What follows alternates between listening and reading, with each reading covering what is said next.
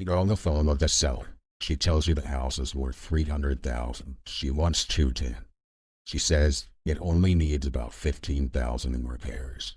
You've got a pen in your hand and a blank offer sheet in front of you. Your fingers are already twitching towards the calculator, right? Don't touch it yet, because every number she just gave could be incomplete, outdated, or made up on the spot. Before real investors ever run a number, they ask questions. Those questions tell you what the seller actually wants, what the property actually needs, and whether there's a deal here at all. I'm going to walk you through exactly what to ask before you waste 1 minute on a spreadsheet. You've probably done this already. The seller gives you a price. You hear repairs. You hear a number. And you start running math in your head before they've even finished the sentence. It feels productive. It feels like progress. It's actually the fastest way to build an offer on a foundation that isn't there. We've all done it. You get a live seller on the phone, adrenaline kicks in, and the instinct is to prove this is a deal as fast as possible. Nobody teaches you to slow down first. Every guru online skips straight to the formula, because a formula is easy to sell and a conversation isn't. I've learned this the hard way early on. I had a seller tell me a house needed some paint and carpet. I ran the numbers off that. I got excited. I told my business partner I'd found a live one and drove out to see it. And the furnace was dead. The roof had 2 layers past code, and one bathroom hadn't worked in a year. My calculator was fine. My inputs were garbage. I built a perfect offer on top of information that was never true. And I almost handed the seller a number I couldn't actually pay. And that's on me, not the calculator. Here's the truth nobody says loud enough. A calculator only works when what you type into it is real. The first conversation isn't about proving anything. It's about collecting enough real information to know if the property deserves a second look. So you start with what has you considering selling, not why are you selling. That puts people on the defensive. This version gets you the real story. Inherited property, tired landlord, expensive repairs piling up, a listing that already failed, someone just curious what you'd pay. None of that guarantees a deal, but it tells you if there's an actual problem behind the sale. Then ask what they'd like to see happen. Is it highest price, a fast close, 0 repairs on their end? 2 people can own identical houses and want completely different outcomes. One wants every dollar in 6 months to get it. The other wants it gone without another trip across state lines. Same property, 2 different deals. Ask for their timeline and don't assume urgency. When would you ideally like this handled? A seller who needs it sold by Friday might have a real deadline or an expectation nobody can meet.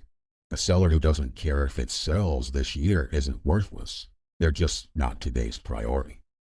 Ask who else is involved. Spouse, siblings, the trustee, a lender, the co-owner sitting on 6 months of silence.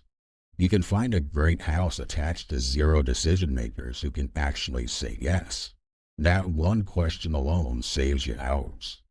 Ask about condition, specifically, not does it need work.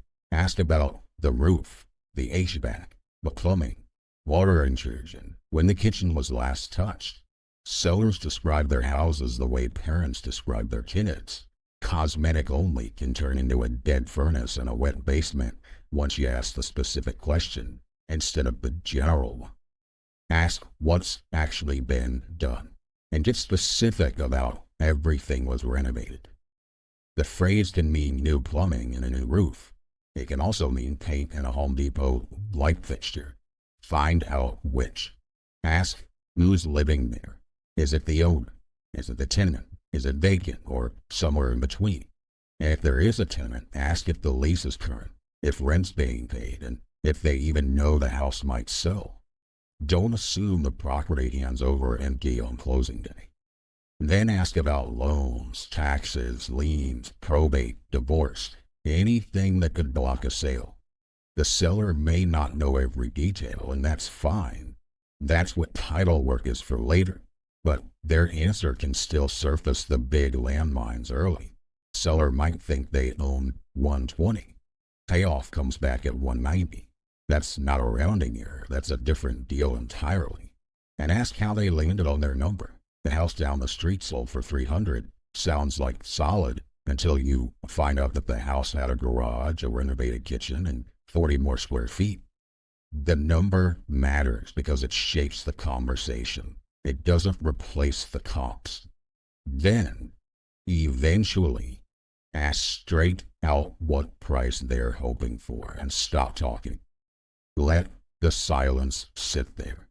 They may give you a number, might toss it back to you, might say they have no idea.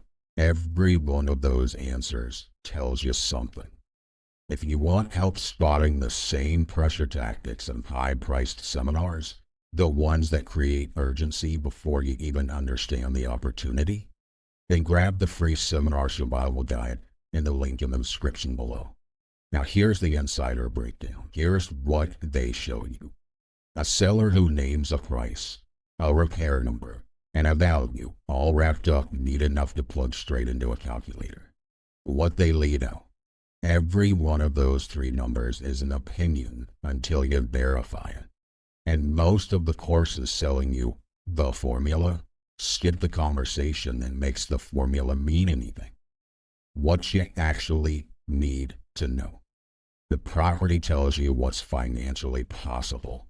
The seller tells you which solution actually fits. You need both, and you only get both by asking. So after that first call, you've got 4 moves, not one. Research the property, taxes, ownership, recent sales. If it looks real, schedule a visit or get someone qualified out there. If the situation's real but the timing isn't, put it in nurture and check back later. And if there's no flexibility, no decision maker, and no room in the numbers, then move on. Don't waste your time. You don't owe every lead a full workup. Run back through that opening call. 300, 210, 15,000 in repairs. After the real questions, inherited property, seller 4 hours away, house empty 7 months, a dead furnace, leaking roof, 2 siblings who both have to agree, and a value pulled from a fully renovated house 2 streets over. It's the same lead, completely different picture. Still worth a look, just not worth an offering you. What's the whole point? Ask first, calculate second. In the next video, I'll show you how to estimate repairs without pretending to be a contractor. How to build a real range instead of guessing. Watch that one next. But again, grab the free seminar survival guide in the description below. And if you want the full breakdown on running numbers the right way, that's inside the vault. Subscribe to Seminar Insider for real estate education without the seminar pressure.